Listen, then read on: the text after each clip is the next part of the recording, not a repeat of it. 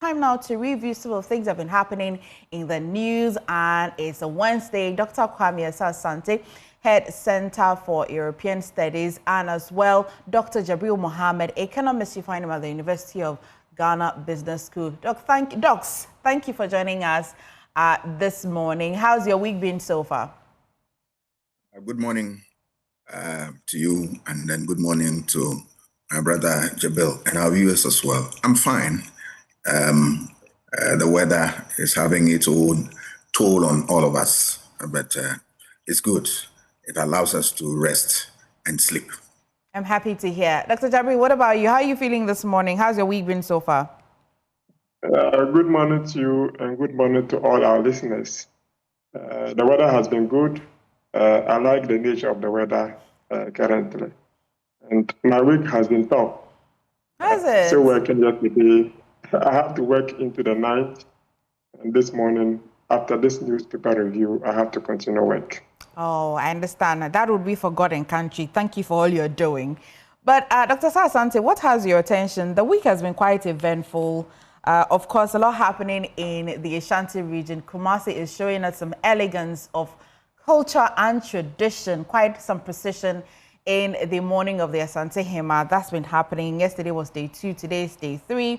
But as well, a lot happening. President Mahama answering questions, the fallout from that answering of questions during the meet the press with the president. And as well, that's galamsey. But as well, you may have heard that a little over 67% of Ghanaians would prefer that we elect our MMDCEs, Metropolitan Assembly, district officers, and all of that. So much. Beyond that, what has your attention? Yes, thanks for the opportunity. I want to look at politics of insults in Ghana. If you study political science, there's nowhere in political science where we teach insults. And my good friend Jabril would attest to that. It doesn't form part of any curriculum relative to political science. But these days, what do we see? Political actors, individuals, groups, take to the social media, insults, and rain insults on people and all that as part of their contribution to politics. I'm afraid to disappoint them. It is not part of political science at all. Politics is driven by ideas and your records. If you don't have ideas, that is where people resort toward insult. Because if you have ideas, it's dialogue. We sit, we talk, give and take, and we share ideas. Aristotle, the greatest of all, has told us that politics must be handled by those who are intellectually fit. People who can advance argument. People who can come up with ideas. People whose minds are fertile. If you are outside this bracket, you resort toward insult and attacks. I want to urge everybody that people should discount or forget about those who insult in politics. Tell yourself that they don't have what it takes to engage you in political discourse. Because if you have ideas, you will not resort to insults. Once we silence them, once we do not engage them, obviously they become lonely and we begin to learn the ropes. And if they want to stay in that civilized business, then they will want to shy away from insult. Let those who insult know that they have no monopoly over insults. Everybody can insult. But except that we are civilized, we are civil, and that the business of politics is moved by civility. And if you don't have these qualities, I'm afraid, stay out and let us have a decent conversation. I'll urge political actors should not be shaken by any politics of insults, and that listen to those who can advance argument. That is the way to go. Right. Thank you so much, Doc. Dr. Jabril, what about you? Well, I'm just going to add a little bit to what he said and go on to my main issue. Politics is a contest of ideas. It is not a contest of insults. But that one there, I will totally agree with that. So if you know you don't have any idea to offer to the state, then you don't have a your place in the political landscape. Now, to my main point, I want to talk about the hike in tariffs that the ECG is proposing. The Electricity Company of Ghana is proposing to PURC for them to increase the tariffs by 225%. And you and I know very well that ECG in the past has not really been efficient, especially in the collection of revenue. They've had commercial losses, etc. It's not about the tariff hike. It is about how you collect the revenue and distribute the revenue based on the formula given to you, the waterfall mechanism formula.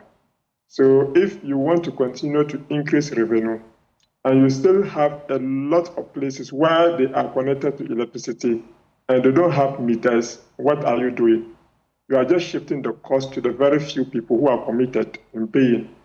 Committed people like us, committed people like Joy FM, and committed businesses, which means that you are just going to increase the cost of doing business. You are going to increase the cost of living and make people's life more and more harder. I have seen a notice from the PURC. I have seen a stakeholder program by the PURC discussing how the tariffs are going to be hiked, and etc., and all of that. So this is something that we are calling on to the ECG to become more efficient, especially in the collection of their revenue, so that we can reduce the quantum of debt will continue to pile up for the electricity sector of Ghana. So it's my pledge that the ECG should do the right thing. And you know, even the Bank of Ghana had already started talking about it. Their argument is that in as much as they are doing all their best to reduce inflation, maintain price stability, and also maintain be able to stabilize the currency, the increment from the ECG or from PURC is going to bring a bigger toll in the commitment in attaining the monetary policy stance that they are working at. So there should be a striking balance so that the increment does not lead to an increase in inflation, an increase in interest rates, and reverse all the gains that we are making. We want to have a stable power, but ECG must do the right thing. They must do the needful. They have to collect their revenue and collect it appropriately. If they have to devise other technology to ensure that they collect revenue and reduce their commercial losses, they should do so. 225% hike in tariffs is just too much. Right. And it's going to be unbearable for the ordinary people of Ghana. Okay. Thank you, Dr. Jabril. Kojo, we might just start with the newspapers. I have the Ghanaian Times with me. I've got the Ghanaian, the publisher as well this morning. And I've got the News Center here as well. The Ghanaian Point as well here. With which ones do you have? I have the Daily Guide newspaper, the Accra Times newspaper, the Insight, the Ghanaian Publisher, and the Custodian. That's what I have. Okay. One of the biggest issues that we may not see in front of the newspapers this morning, that we'll be discussing a little later in our big stories, is the Imani report on the sentiments of Ghanaians on the current government, which we, if we have the opportunity, would as well discuss. But the Ghanaian Times this morning is reporting $10 billion big push agenda takes off. Story is on page 12 of the Ghanaian Times, and as well page 12 has the sacred dossier for Asante Hema has begun in Kumasi. And as well, a story that's been quite worrying since yesterday. Police fires warning shots to disperse rioting tattoo students. You must have heard about the protest by students of Tamale Technical University about what we understand as of yesterday. They call for better studying amenities or infrastructure in their school. And they proceeded to burning of tires and a few other things that the police didn't seem to have been excited about. That resulted to some students also being injured. That has featured in the Ghanaian Times this morning. Kojo, would you like me to go on with the Ghanaian Publisher, or you tell us what's with the... I mean, in the Daily Guide newspaper, for example, gold smuggling syndicate busted, 1 million Ghana cedis bounty for 4 suspects, and it comes with photographs of these 4 people. I think other papers are reporting it. Bogoso Pristia mine, Ghana risks $1 billion arbitration. Wow.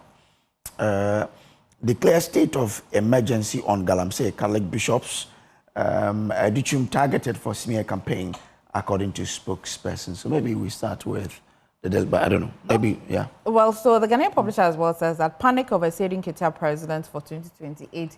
You had reviewed the video properly yesterday. It looks like you'll be the authority on this.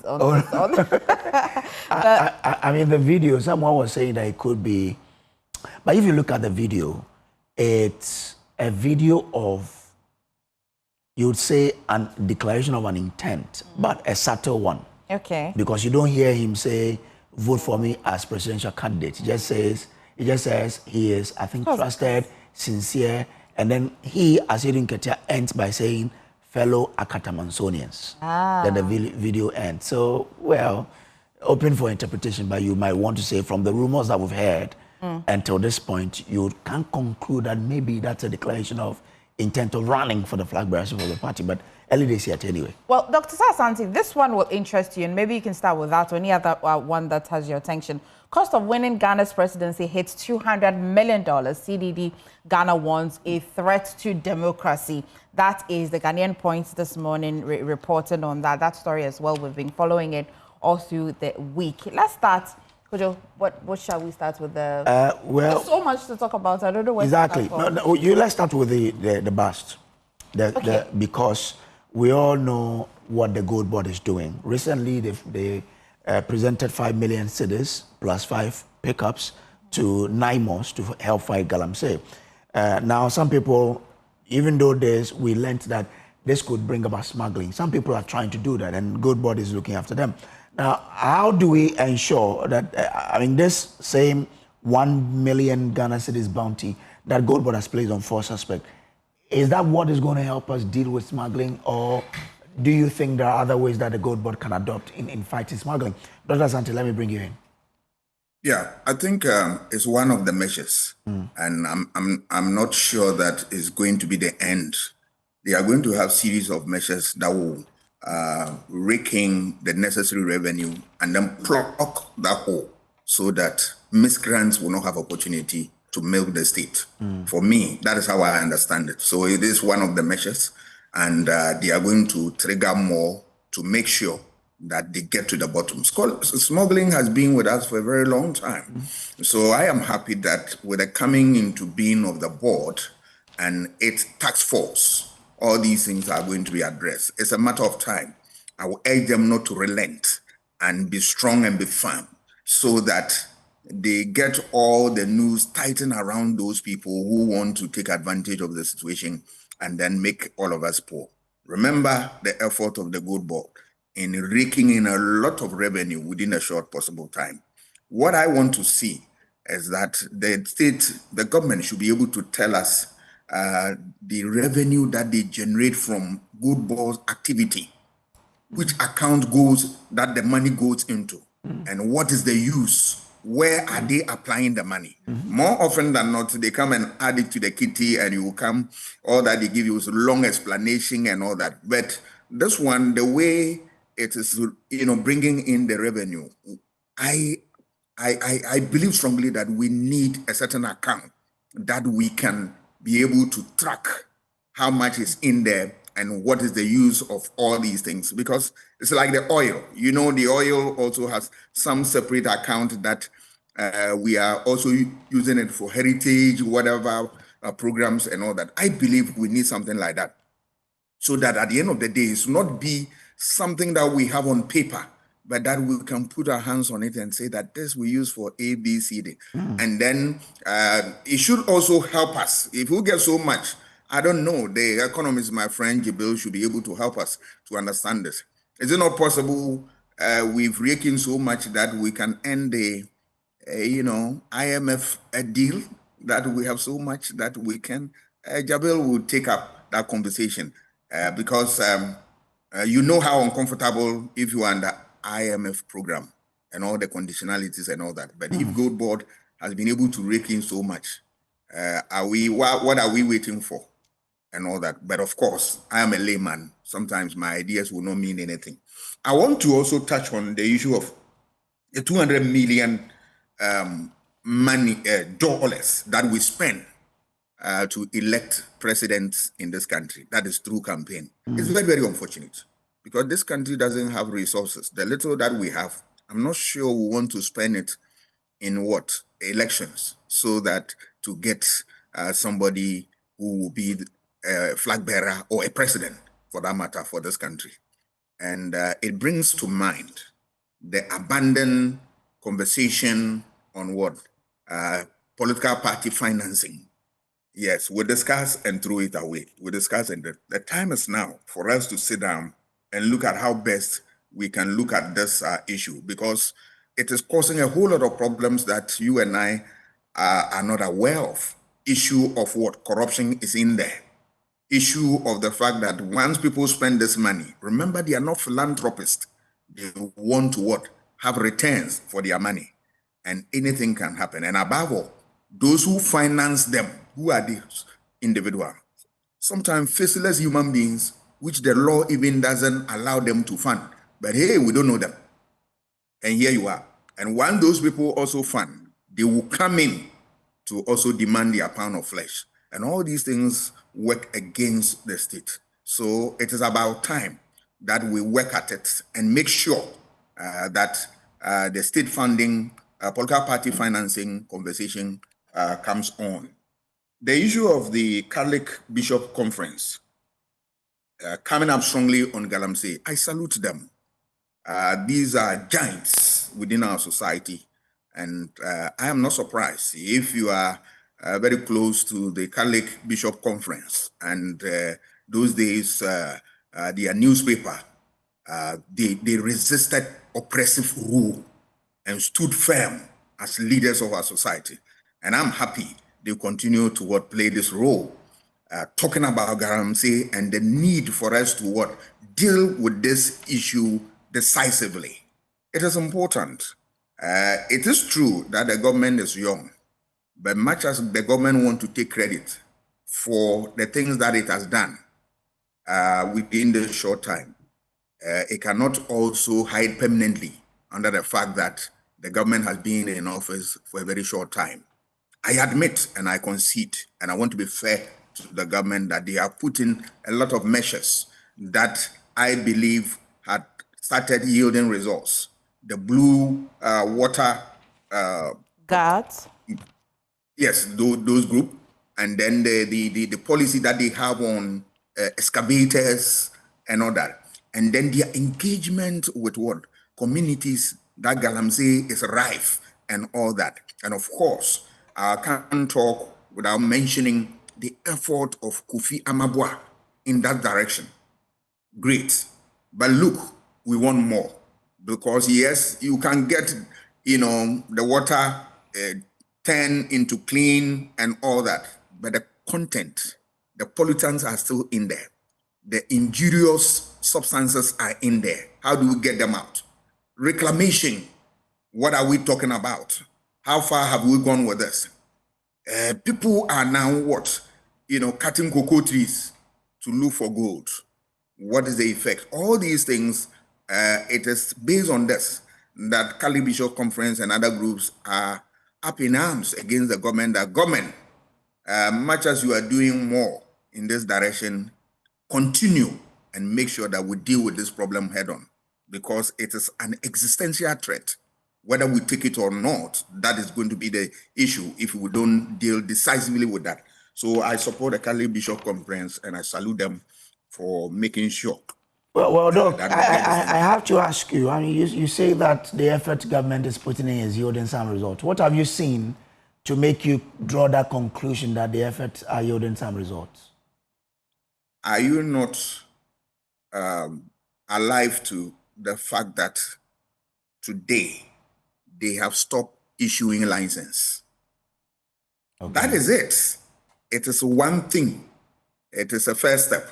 Because if people continue to have license, then you are adding to the number that already we have problems in, right? So that is it. We have also seen these activities within the communities. Communities have told you that they are surprised to receive guests in their communities with letters from the ministry, saying that saying that, look, we have concession and all that. Now you are involving them, all right? If you are alive to the Latin American experience, people in terms of small-scale mining go to the local people, have all the negotiations with them, and then come to government for other documents and all that.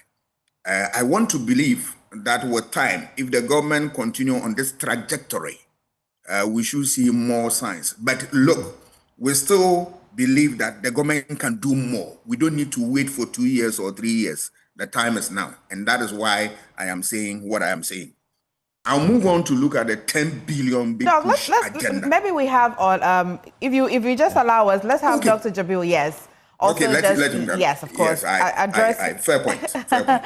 So just also address a few of the things that you have mentioned. But Dr. Jabil, let's start with the GoldBod. Of course, 4 million Ghana cedis just to bring these men alive. And Dr. Sasanti made a point that maybe we should look at the GoldBod again if it is raking in enough money for us to want to look at our IMF arrangement, because just some days ago they donated some amount of money to NIMES, as my colleague was saying, some buses as well.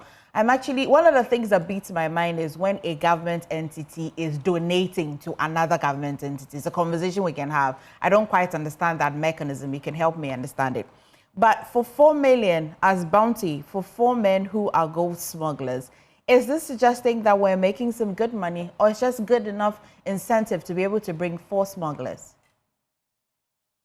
Well, let's look at it from this point. How much is the 4 smugglers bringing on board? When they busted on them, does it mean that they were able to have an amount of money that is about 10 times of it, and that when they give them 1% of it or 10% of it, it's not going to have any impact on their revenue?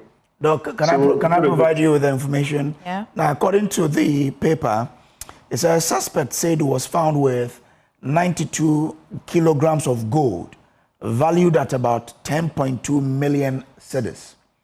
Then it goes on to say that Mr. Jemfi said the company was identified as a sponsor and mastermind of the syndicate, which had illegally purchased more than 100 kilograms of gold, valued at over 100 million Ghana cedis in the last 2 months. In fact, with a purity of 92.5%.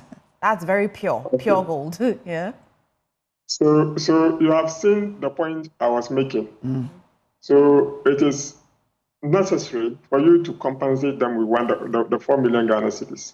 So I don't see that to be a problem, because if the people had allowed them to take it away, Ghana was going to lose close to about about 200 million Ghana cedis. So if you give away 4 million cedis, you get 200 million. So which one will you go for?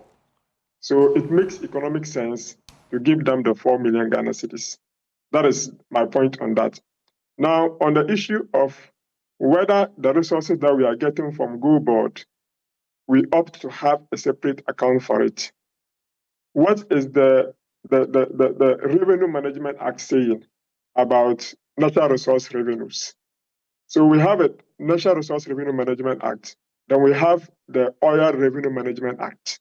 And the Oil Revenue Management Act stipulates about 3 ways of managing it, or 4 ways, I think 3. We have the Stabilization Fund, we have the Heritage Fund, and then we have the annual budgetary funding amount, where we have percentage of it going to fund our budget every year. Percentage goes for stabilization. In case the revenue are not coming out well, we can rely on that and use that to support the budget. And we did that during the COVID period. We did that in 2014 when we had a challenge with our revenue inflows. And the Heritage Fund, these are the avenues by which that oil money is spent. Now, if you come to the aspect of the GoldBod, are we able to do similar things? Because the GoldBod also looks more like trying to manage our revenue sector. So can we have a law that is going to be dedicated as a separate revenue? Mind you, most of the mainstream from oil, the gold, goes to the consolidated fund. So if you have a separate account, and the separate account is meant to hold revenue from the GoldBod, we can equally look at it from disbursement into other areas. So one, we can say that we want to use component of it for reclamation. We want to use it so that we can reclaim most of the site that they have destroyed. We want to use it to ensure that we are able to train miners and allow them to mine responsibly, etc. So we can allocate component of the money for the GoldBod for these kind of activities. Then we also said, okay, fine, let's allocate component of the money for developmental needs. Let's allocate component of the money for future needs and all of that, so that we can go ahead to increase our stabilization fund. We can go ahead to increase our heritage fund. Then we can also go ahead to increase our annual budgetary funding amount in that particular direction. So we can appropriately apportion the revenue in such a way that we follow the management style of the oil revenue. And this can be a better way to have a sustainable funding sources and dedicated way of managing the revenue that is coming from that area. Now, we talk about IMF, whether indeed, if you are able to rake in more revenue. Remind you, it's not only the gold. Remember that we have discovered other natural resources recently. I think some in the Volta region and some at the Western region as well. So we can lump all of them up and create a particular management fund for it. We should not only be interested in exporting the raw gold. Let us try to see that we can add value to it. If we add value to it, we are going to have 3 times or 4 times of it. Because in the end, you are going to have a backward and a forward leakages in terms of job creation. Because when you process the gold, all the elements in it, the production process, from the production process to the marketing and everything, you are going to create a lot of jobs out of it. So we should also concentrate in processing the gold and refining the gold. So GoldBod must come out with a policy as to how they can process the gold and ensure that we now have a refined gold and we export. At the end of the day, we are going to rake in more revenue. We are going to create more jobs because it is the sustainable jobs that we are looking out for. That is what we are doing that. If not the sustainable jobs, why would you be spending a lot of time trying to manage that aspect of gold? We'll move to the amount that the CDD is warning. If you wanted to run for president in this country, you'd be needing $200 million. Is it worth it? Can I ever run for president? Doc, can you ever run for president with this amount? Certainly, if I need $200 million, then it means that people will have to come and sponsor me. What that means is that nobody sponsors anything without a return. Now, political parties were told to submit their account for auditing. So why don't you come up with a law that political parties must declare their source of funding?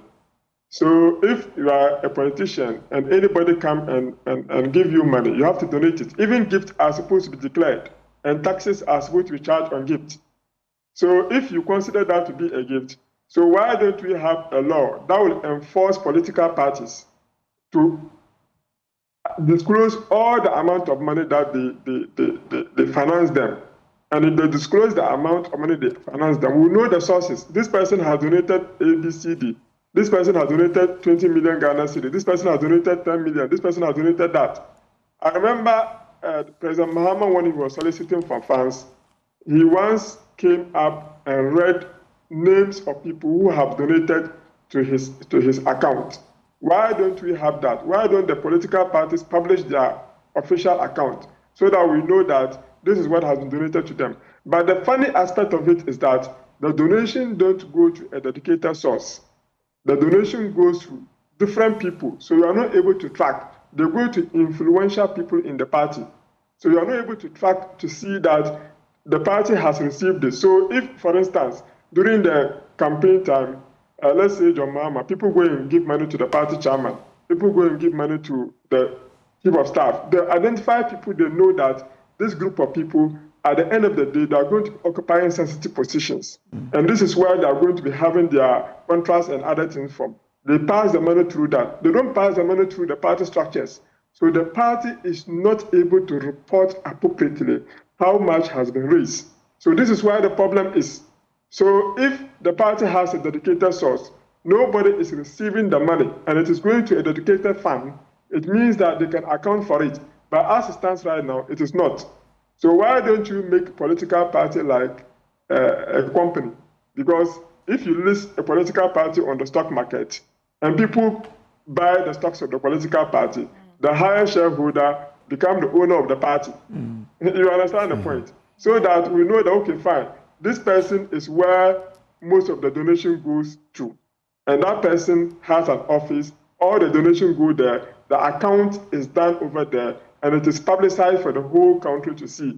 Even the Ghana Stock Exchange will tell you that you have to publish your audited account. And that will compel them by law to do so. But as it stands right now, it's going to be extremely difficult for us to be able to know that the political party has raised A, B, C, D. But after the $200 million, wherever I thought they will go and find it, they will definitely find it. It will come. People will even donate more than that because they know that the benefit that comes with the political power is higher than the cost of it. So why won't we invest? It's a simple economic logic. People will invest to benefit from it. All right, yeah. Interesting. But I think one other issue that is of importance to all of us is the election of MMDCEs. Yeah. That the poll conducted by the Institute of Economic Affairs has revealed public support for the election of MMDCEs with a significant majority calling for a non-partisan electoral system. I mean, this has been on the table for quite some time now. President Ghc4 tried to do it, but it didn't go through. Why have we not been able to do it? And what must we do to ensure that we take this from the books to be in practice so we elect for MMDCEs? Well, I think for me, go on. Okay, for me, I think the last time I made it clear that I'm not in support of it.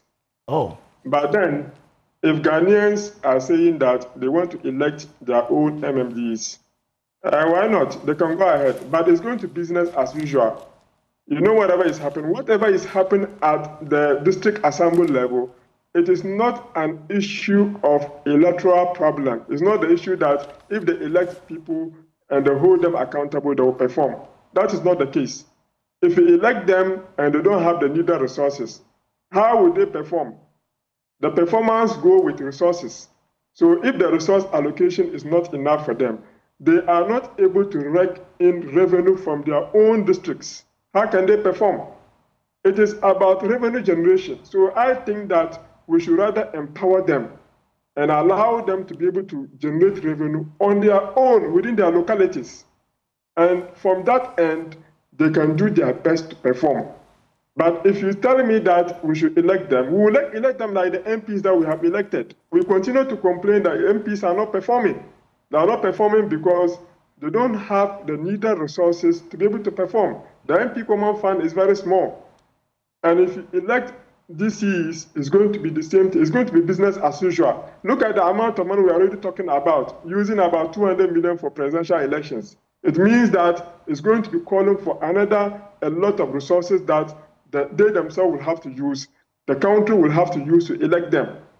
We are already appointing them. We are not seeing them performing well. And we say we should come and elect them again, spend money and elect them, and it is going to be business as usual.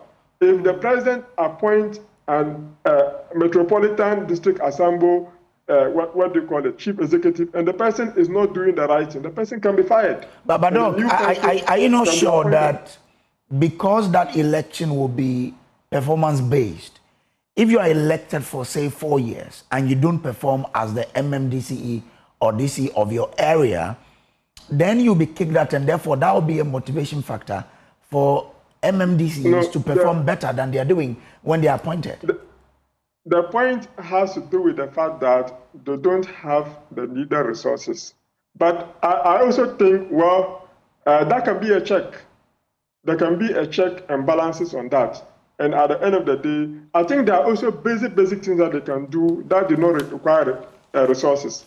But because they are comfortable, they are being appointed, they feel relaxed.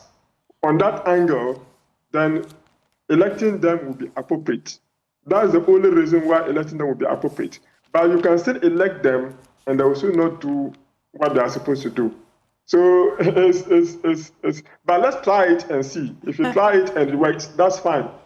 Well, Dr. Sasanti, so Kojo, you recall that this year when the president was at the orientation and workshop for the current cohort of MMDCs and DCs, he indicated that nearly 2026... Says they could be the last appointed MMDCs. Appointed MMDC. They're considering the election. Of course, Kojo mentioned that the former president attempted it. It didn't work. IEA has done this research. They've done it again, and they're saying that it looks like there's a taste for it. Public want it. President has hinted it. Dr. Jabril thinks that it's going to be business as usual because in my little readings, I realized that people will vote for the party they love anyway. We say that it's bread and butter issue, but people will really vote for the party that they want if you drill it down to the last wire. Dr. Sasanti, which of these methods is the most potent way for democracy? Should we proceed with the election of MMDCs? Is that the true test of decentralization? Or we should just maintain the appointment? I believe in the election. You see, the beauty about democracy is you are giving people opportunity to change or to elect their leaders from time to time. It is something that if you are putting monetary value on it, you will not get anything. But I tell you, it's worth a salt because people now have opportunity to put into office at the grassroots those they deem fit.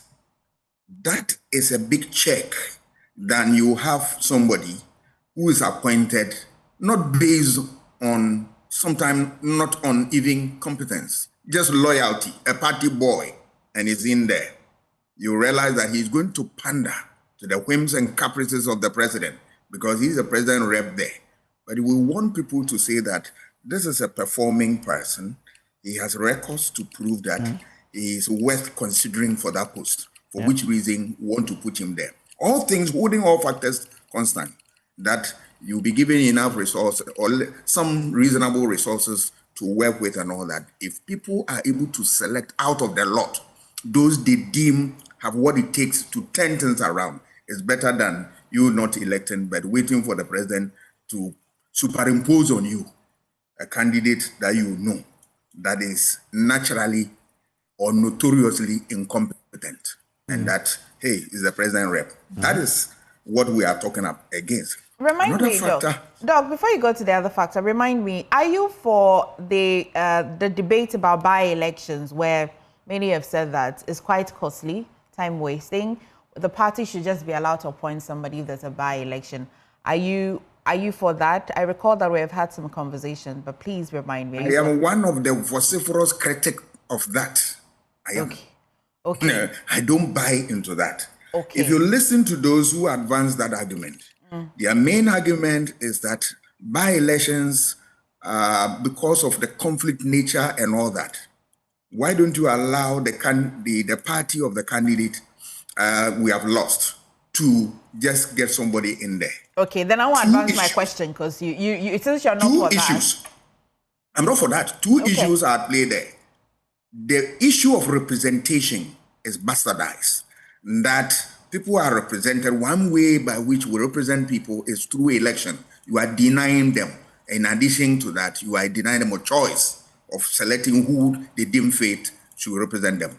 Two is that those people are just running away from the problem of conflict or violence at by-elections, and that they think that once you introduce that, they are not going to do what? Violence. But remember, internal feud, intra-party violence also exists to selecting that candidate through the primaries, can also be violent.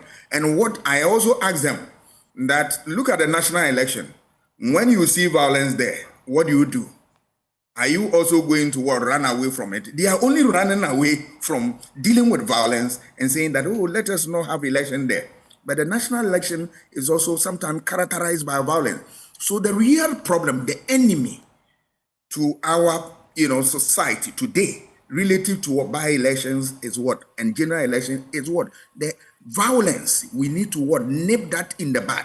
Once we do that, whether by-election or national elections, we can sleep with our two eyes closed that we are not going to be confronted with anybody. But that aside, the second factor for MMDCE election is that you have a system that says that You are electing your leaders at the national level, MPs, and then the president. And remember, all these votes emanate from the constituency. And at the base, the constituency there, you are appointing. Then you must as well also appoint MPs in parliament and appoint the president so that you have what? A uniform system. But as of now, what we have is a disjointed system at the base where all votes, remember every vote, whether from towards electing an MP or the president, come from the constituency. And at the constituency, when you are electing the president is through election. You are electing MPs through election. But when you are electing people who represent the locality, you are saying that it's nomination. It's a disjoint and it creates all manner of problems, right? And then it undermines also the choices of the people and then efficiency, because we have seen oftentimes that the DCEs are not performing. But if you have a leader like Nana Akufo-Addo, who doesn't like to reshuffle, I'm afraid you have to be with a government that will have to be with the DCE or MMDCE who is incompetent for you, because it's not the president's style to reshuffle and all that. And that is why people are calling, in addition to other factors, people are saying that let us have the local elections Dr. Asante, elected. Because, yes, sir. I think if you look at the study, a lot of people want the election to be done. One thing that really prevented the last attempt to happen was whether it should be on partisan basis or not. Where do you stand? I believe it should be partisan, because if you look at the assembly elections, even though by law you cannot go there as partisan, but we know them. The political parties fund them and they go there. So that hypocrisy must be removed and allow it, because at the national level it is partisan and it will not change anything. Let it be partisan at the top down, top and down, or partisan. They will go in. Why we fail to do this thing is that advocacy on it and education on it, I think, has been slackened. We have not worked at it to really convince people the need to have such a system. And that is why people drag their feet here and there. But other than that, this has been in the books for a very long time. I know a professor who did his inaugural lecture on that, Professor Jimabwedi, on this, bringing it to the fore, and a lot of think tank scholars have gone to the ground. It's not the issue that people are just promoting it, but that they pick data from people over the years, and they still continue to have prominence given to this issue by interviewees relative to this election. So it is something that we need to step up our game on advocacy, education, to get people to understand it. Let us look at the pros and cons of it, and then throw it out through a referendum, and then we will be home and dry. Okay, could you maybe we talk about this clash at the Tamale Technical University? Dr. Jabil, I'm quite curious about what you'll say, because then yesterday, as of the time our reporter was giving us an update, she said that it was a relatively peaceful protest and it was a basic request that their infrastructure in the school was quite deteriorated, and so they sent petition to relevant stakeholders. Now, while they were en route back to school, they started to bend tires and reports of they blocking the route and all of that, so the police had to step in. Now, the leadership of the school said that, well, bending of the tires was part of their protest. That was how much they wanted to show the leadership of the school that they were quite unhappy with the infrastructure in that school. I ask this question because widely the police has come under certain criticism that when it comes to protests and such things, it is always as though it will end in some sort of violence. But if I look on the face of it, what else could have the police done? Well, it has to do with professionalism. Are the police well trained to be professional in handling situations of this nature? It is very important that the police administration have to wake up in handling some of these problems. In the past, if you look at most of the protests that happened last year, running up the elections, in some cases, they manhandled a lot of people. And it has to do with the way they are being trained to handle crowd. That is very important. So if people are going to protest, they give you the itinerary and the kind of things that they want to do. So as a police professional, you need to protect them and you need to ensure that they follow the right procedure. Unless, of course, sometimes some of them can be highly deviant. So if they are deviant, you need to use other crowd control mechanisms to be able to protect them so that it doesn't go in a bit wayward. So the crowd control mechanism is where they are having the issue. So they need training on crowd control mechanisms. You know, sometimes in the past they used to use the water, the hot water, and spray it, and that one they just move away. But if you begin to shoot using live bullets, you begin to shoot using other forms of activities, you end up creating a lot of problems for them, for the crowd. So the police are our friends. So they should not be handling us as if we are their enemies. So the police administration need to train them. Crowd mechanism control is very important. These are the things that they have to do. If they need a new technology to be able to do so, then the government can come in. The Ministry of Interior is there. They should come in to help them with that technology so that at the end of the day, we don't have any challenge. They can even use drones. Anytime that their AI is very important, they can use drones. Whenever there is a crowd to control, they can use drones, pass the drones on top. Even the drones alone, some people, it will comfort some people. They will be like, oh, let's comport ourselves. Because if we don't comport ourselves, whatever we are going to be having is going to be a challenge. So drones can be used, they can deploy drones to that area anytime there is going to be a protest. And that can help to stop some of these challenges. Doc, Doc, you're a lecturer at the university, Tamale Technical University. At this point in my colleague's life, they should know that burning tires is not a legal means of protesting. Why always put the police or security agencies at this point? Why do we do this?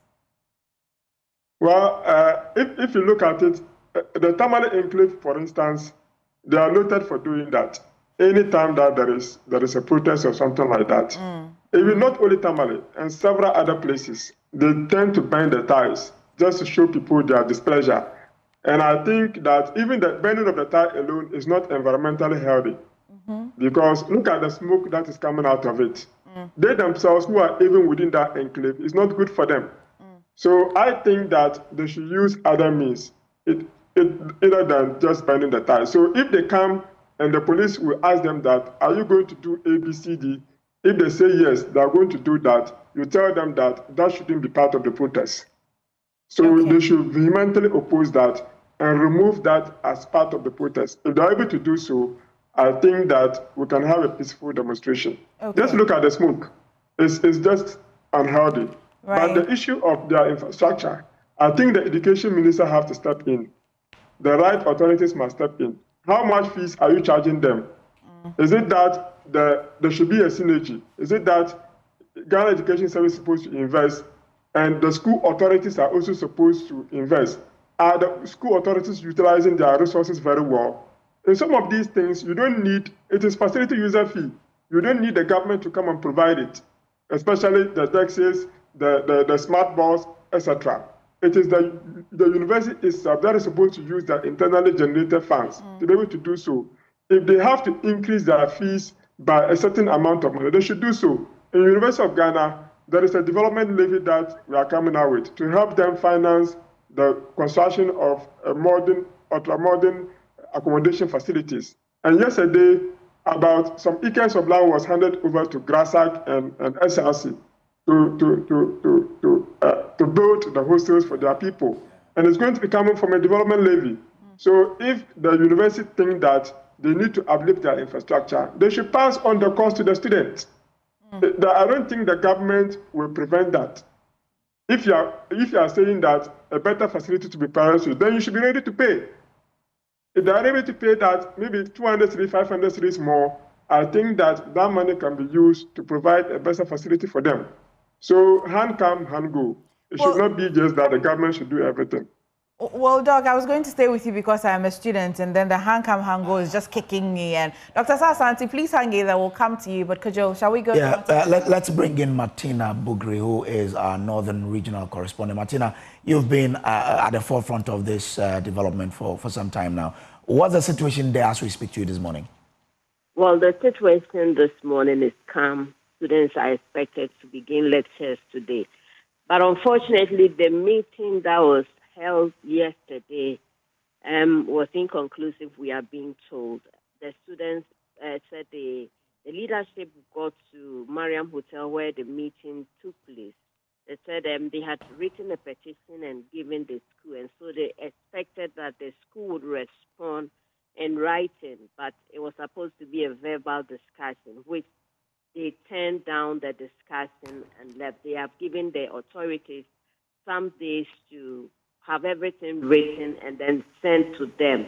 If they are satisfied with what the response, then they move on. But if they are not satisfied, they would have further discussions to reach a conclusion. But one thing the leadership is saying is that while they are open to begin lectures and attend lectures, because they do not want the academic calendar stalled, they are also petitioning some key stakeholders, including IOCO and the Minister for Education, to come in. IOCO because they think that monies collected are being mismanaged, and so they want thorough investigations to begin so that they can have a logical conclusion and ensure that the money they are paying or the fees they are paying, the extra monies being collected are put to good use, they tell me.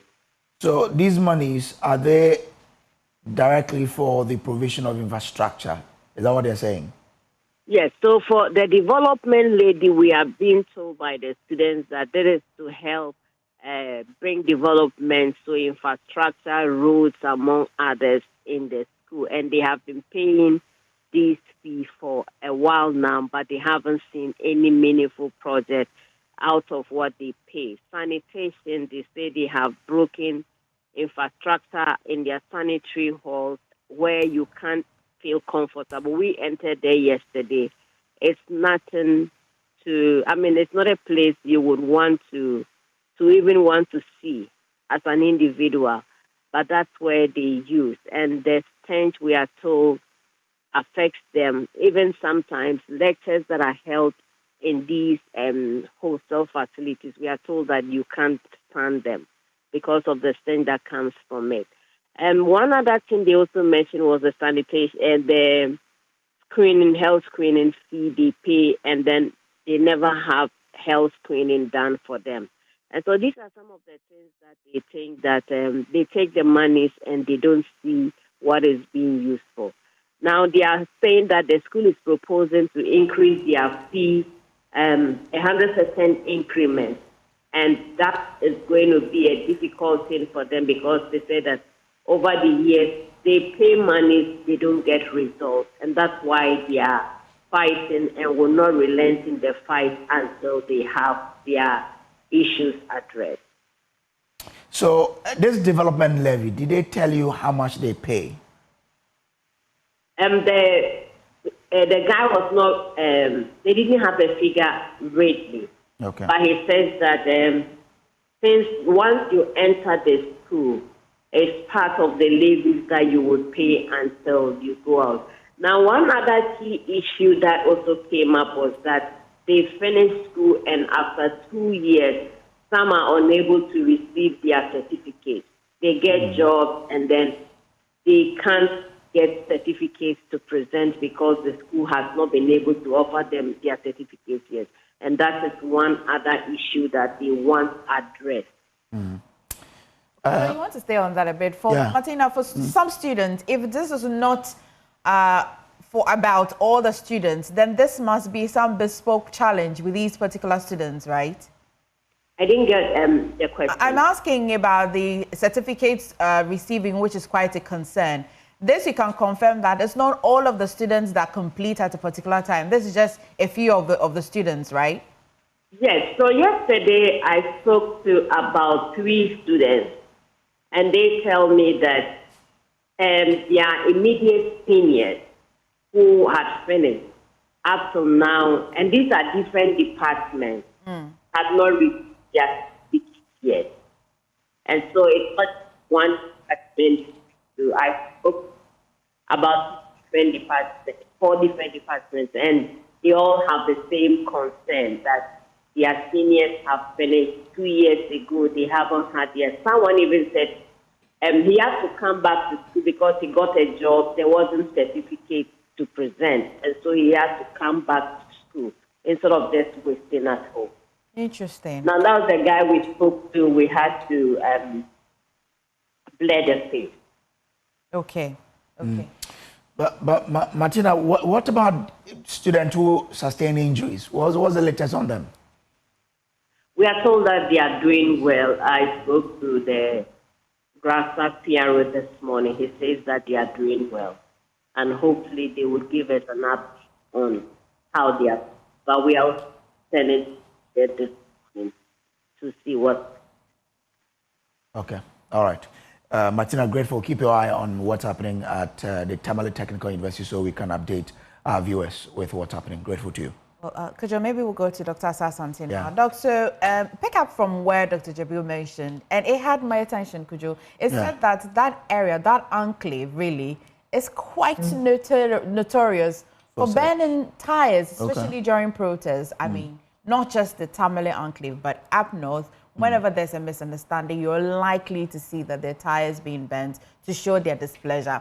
While this is not this is not legally acceptable, even with the EPA, the laws and all of that, sometimes when a mode of conduct becomes very common in a community, then the police must preempt that this is their modus operandi and they will go that way.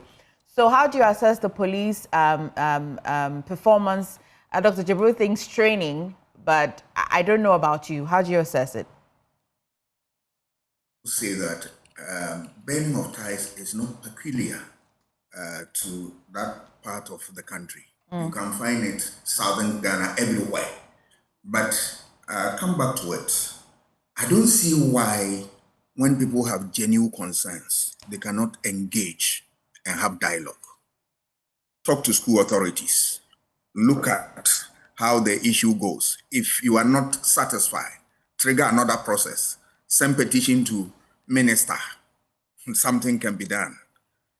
So I find it a bit difficult when students sometimes don't want to exhaust this. So from the student perspective, I believe that they have genuine case. They've paid money. They want to ensure value for money. They are not getting the best services. They are entitled to that.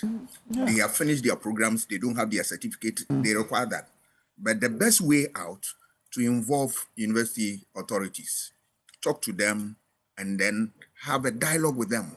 And what comes out, if you are not satisfied, you can trigger another process. That is what I see.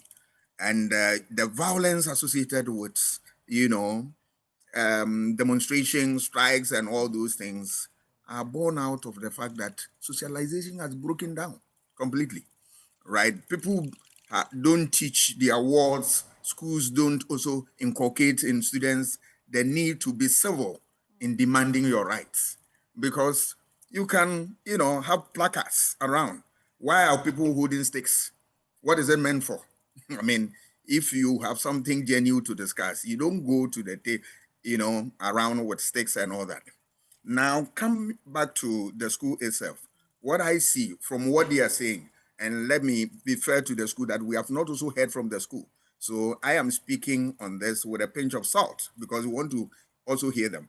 From the student perspective, transparency is missing here. That they want to see how things pan out. They want to see every payment that they make, the results that it yields. They want to see that. Accountability is in question here. And that authorities, they're accusing them of not being able to account for monies given to them. And of course, you are also seeing lack of inefficiency on the part of authorities. But that is what is coming from the student. We have not heard from the authorities. So I'll not jump into the conclusion and say that authorities are guilty of this. We want to also hear their side of the story. For the police.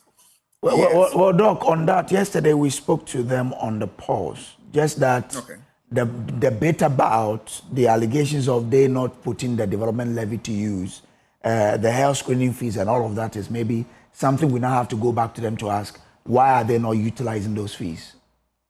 Did they say those?